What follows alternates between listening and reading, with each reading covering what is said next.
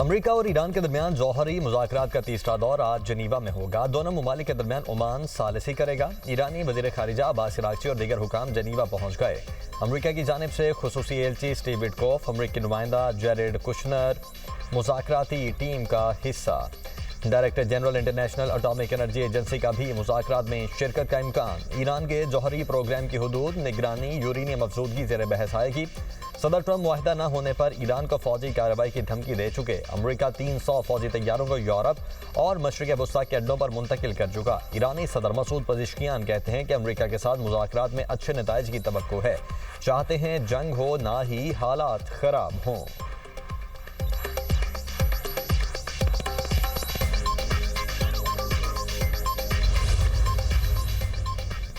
Iran ballistic मिसाइलों पर मुज़ाकरात से इनकार कर रहा है। अमेरिकी वज़ीर ख़ारिजा मार्को रूबियो कहते हैं कि बैलिस्टिक मिसाइल पर बात ना करना बड़ा मसला है। ईरान बैनुल बर्र-ए-आज़मी बैलिस्टिक मिसाइल हासिल करने की कोशिश कर रहा है। ईरान तवील अरसे से अमेरिका के लिए संगीन खतरा है। सिफारतकारी हमेशा मुमकिन ऑप्शन रहेगी। सदर ट्रंप ईरान का मसला मुज़ाकरात से हल करना चाहते हैं। ईरान के पास रिवायती जौहरी हथियार मौजूद हैं। ये हथियार अमेरिका पर हमले के लिए तैयार किए जा रहे हैं। ईरान फिलहाल यूरेनियम अफजूदा नहीं कर रहा, लेकिन कोशिश ज़रूर कर रहा है। अमेरिकी नायब सदर जेडी वेंस कहते हैं ईरान को जौहरी हथियार हासिल करने से रोकने के लिए सिफारती हल तरजीह है। सदर ट्रंप के पास दीगर ज़राए भी मौजूद हैं। ईरान दोबारा जौहरी हथियार बनाने की कोशिश करता है तो ये हमारे मसाइल पैदा करेगा। हमारे पास शवाहिद हैं। तेहरान ने दोबारा जौहरी हथियार बनाने की कोशिश की।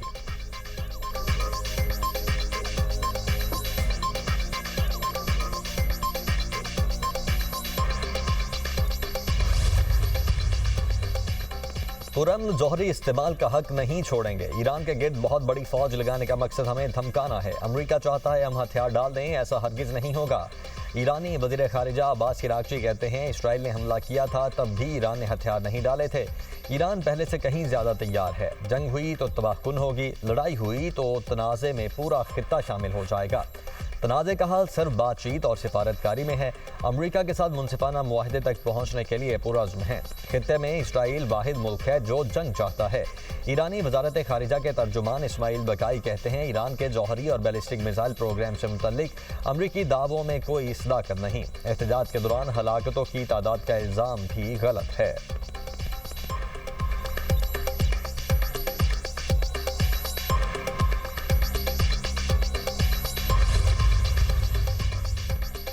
अमेरिका ने मुज़ाकरात से कबल ईरान पर मज़ीद पाबंदियाँ आयद कर दी।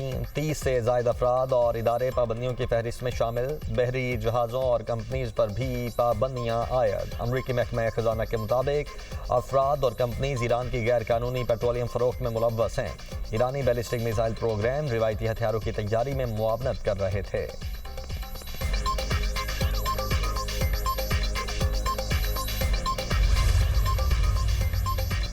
सऊदी अरब के शहर जद्दा में OIC का हंगामी वजारती इजलास आज होगा। नायब वज़ीर आज़म इसहाक़ डार इजलास में शिरकत के लिए रवाना होंगे। इजलास में इसराइल के गैर कानूनी इक़दाम पर गौर किया जाएगा। पाकिस्तान मकबूजा मगरबी किनारे पर इसराइली इक़दाम के खिलाफ अपना मौक़िफ़ पेश करेगा। इसहाक़ डार की OIC वज़ीर ख़ारिजा से दो तरफ़ा मुलाकातें भी मुतवक्के।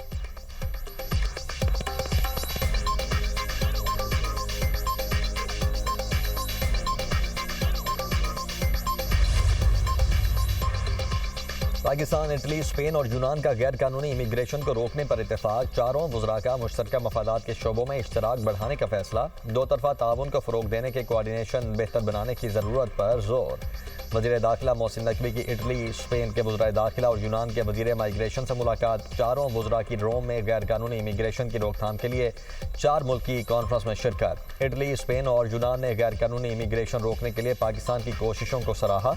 वज़ीर दाखिला की गैर कानूनी इमिग्रेशन रोकने की तजवीज़ पर तीनों ममालिक का इत्तेफाक। मोहसिन नकवी ने कहा यूरोप गैर कानूनी इमिग्रेशन से सबसे ज़्यादा मुतासिर है। मुश्तरका मैकेनिज़्म से ही इस चैलेंज का खात्मा मुमकिन है।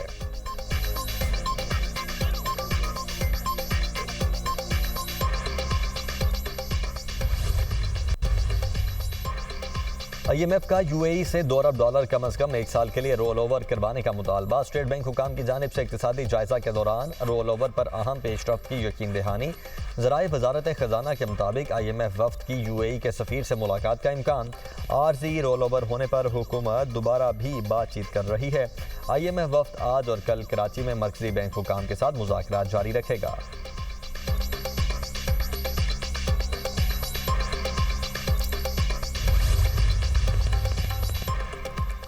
बन्नू के इलाके मरबत किनाल रोड से 2 पुलिस एहलकार भाइयों की लाशें मिली हैं। कमिश्नर ऑफिस में मुलाजिम तीसरे भाई की तलाश जारी। पुलिस के मुताबिक मकामी अफराद ने बताया तीनों भाइयों को रात गए अगवा किया गया था।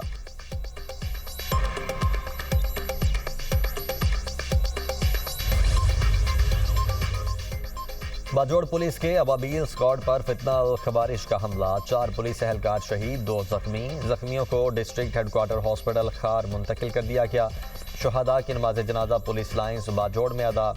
आला पुलिस और सिविल हुकाम ने शिरकत की। लंडी कोतल में नामालूम अफराद की फायरिंग से पुलिस कांस्टेबल सफीर खान बेटे समेत शहीद। दोनों की नमाज जनाजा पुलिस लाइन खैबर शाख्स में अदा कर दी गई। पुलिस अफसरान और अहले खाना की शिरकत। पुलिस के चाक चौबंद दस्ते की शहादा को सलामी।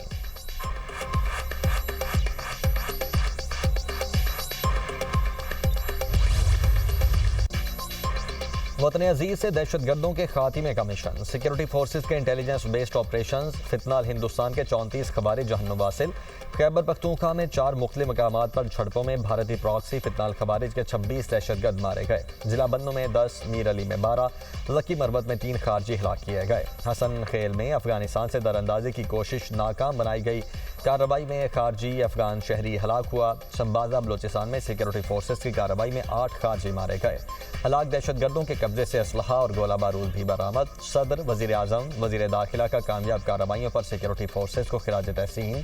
शहबाज शरीफ ने कहा दहशतगर्दी को जड़ से उखाड़ कर दम लेंगे।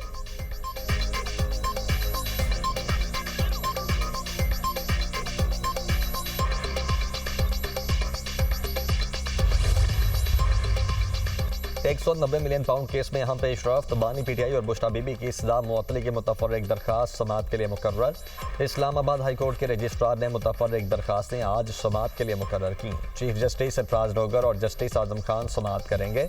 बानी पीटीआई की हॉस्पिटल मुंतकिली की दरखास्त पीर को मुकर्रर होने का इम्कान।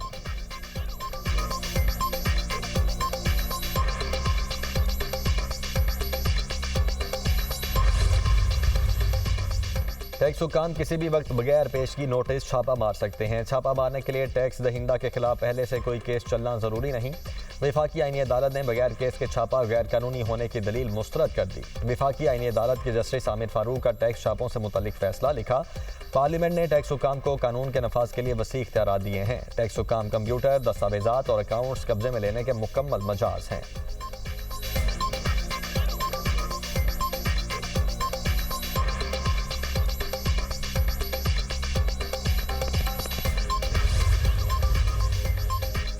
लाहौर हाई कोर्ट का सरकारी मुलाजमीन के तबादलों से मुतल्लिक अहम फैसला जारी। जस्टिस राहील कामरान शेख ने कहा है कि सरकारी मुलाजमत में तबादला सर्विस का हिस्सा है।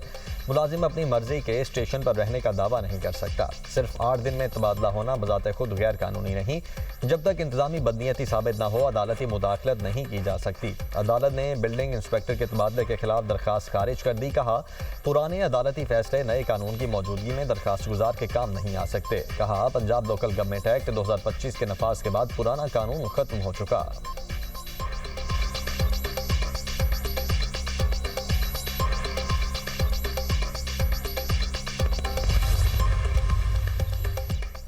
सदर मुमलिकत ने पार्लियामेंट का मुश्तरका इजलास बुलाने की समरी मंजूर कर ली। मुश्तरका इजलास 2 मार्च को दोपहर 3 बजे होगा। आसिफ अली जरदारी बतौर सदर पाकिस्तान पार्लियामेंट के मुश्तरका इजलास से 9वीं मरतबा खिताब करेंगे। कौमी तरजीहात, जमहूरी इस्तेहकाम, मुआशी तरक्की, दहशतगर्दी के खात्मे के अज़्म का अहाता किया जाएगा। मुश्तरका इजलास हर पार्लिमानी साल के आगाज़ पर बुलाया जाता है।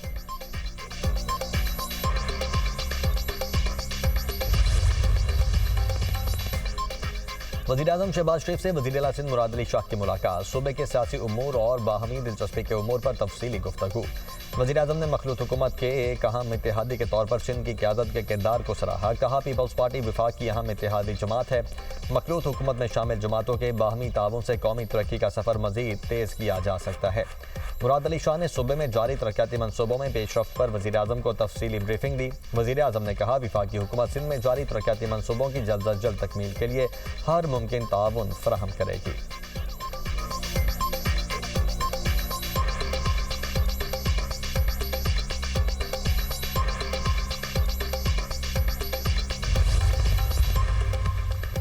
लेडी डॉक्टर महविश के कत्ल में मुलव्वस मुलजिमान की तस्वीर जारी। 2 मुलजिमान हयात गुल सैफ अली खान की तलाश जारी। डीपीओ कोहाट के मुताबिक मुलजिमान की शनाख्त सीसीटीवी कैमरों के जरिए की गई। गिरफ्तारी के लिए मुख्तलिफ मकामात पर छापे मारे जा रहे हैं। लेडी डॉक्टर महविश को 22 फरवरी को कत्ल किया गया था।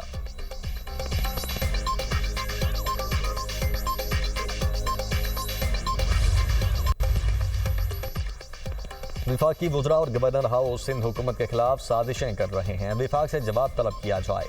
शर्जील मेमन का पार्टी क़यादत से मुतालबा। सिंध के सीनियर वजीर कहते हैं कराची को टारगेट करके सिंध हुकूमत पर तनकीद की जाती है।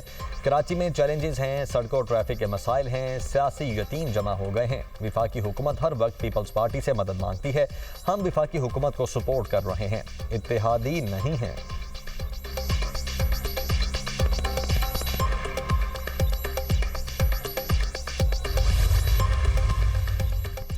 साजिशों का मकसद गवर्नर हाउस में होने वाले काम बंद करवाना। गवर्नर सिंध कामरान डिसोरी का कराची में खिताब, बोले जब तक अल्लाह ने चाहा खिदमत करता रहूंगा। साजिशें होती रहती हैं, कामयाब सिर्फ कोशिश होती है। मैं किसी को कौम परस्त नहीं कहता, सबको पाकिस्तानी कहता हूँ।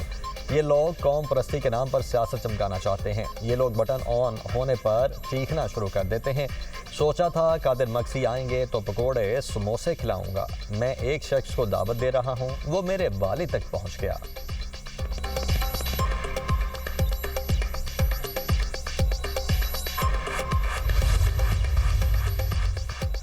कराची के इलाके नॉर्थ नाजिमाबाद ब्लॉक सी में सिक्योरिटी गार्ड की फायरिंग से एक शख्स जाँ बहक, लाश हॉस्पिटल मुंतकिल। मकतूल Waleed federal B area block 10 का रिहायशी था।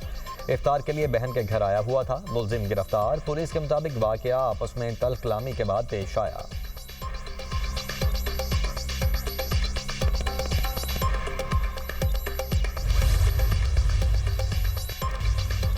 बरतानिया ने सयाहों के लिए नया ई वीज़ा सिस्टम मुतारिफ करवा दिया। पाकिस्तानियों समेत बरतानिया सफ़र करने वाले अफराद बाशमूल सयाह अब नए ई वीज़ा सिस्टम का इस्तेमाल कर सकेंगे। दरख्वास्त दहिंदगान को ई वीज़ा ईमेल के जरिए मौसूल होगा। वीज़ा दरख्वास्त के लिए पासपोर्ट जमा करवाने की ज़रूरत नहीं होगी। दरख्वास्त गुजार सिर्फ बायोमेट्रिक तस्दीक के लिए वीज़ा एप्लीकेशन सेंटर जाएंगे। बरतानवी हाई कमिश्नर जेन मैरियट कहती हैं बरतानिया जाने वाले पाकिस्तानियों के लिए एक नहायत खुशाइन कदम है। मौजूदा स्टिकर वीज़े आज की तब्दीलियों से मुतासिर नहीं होंगे।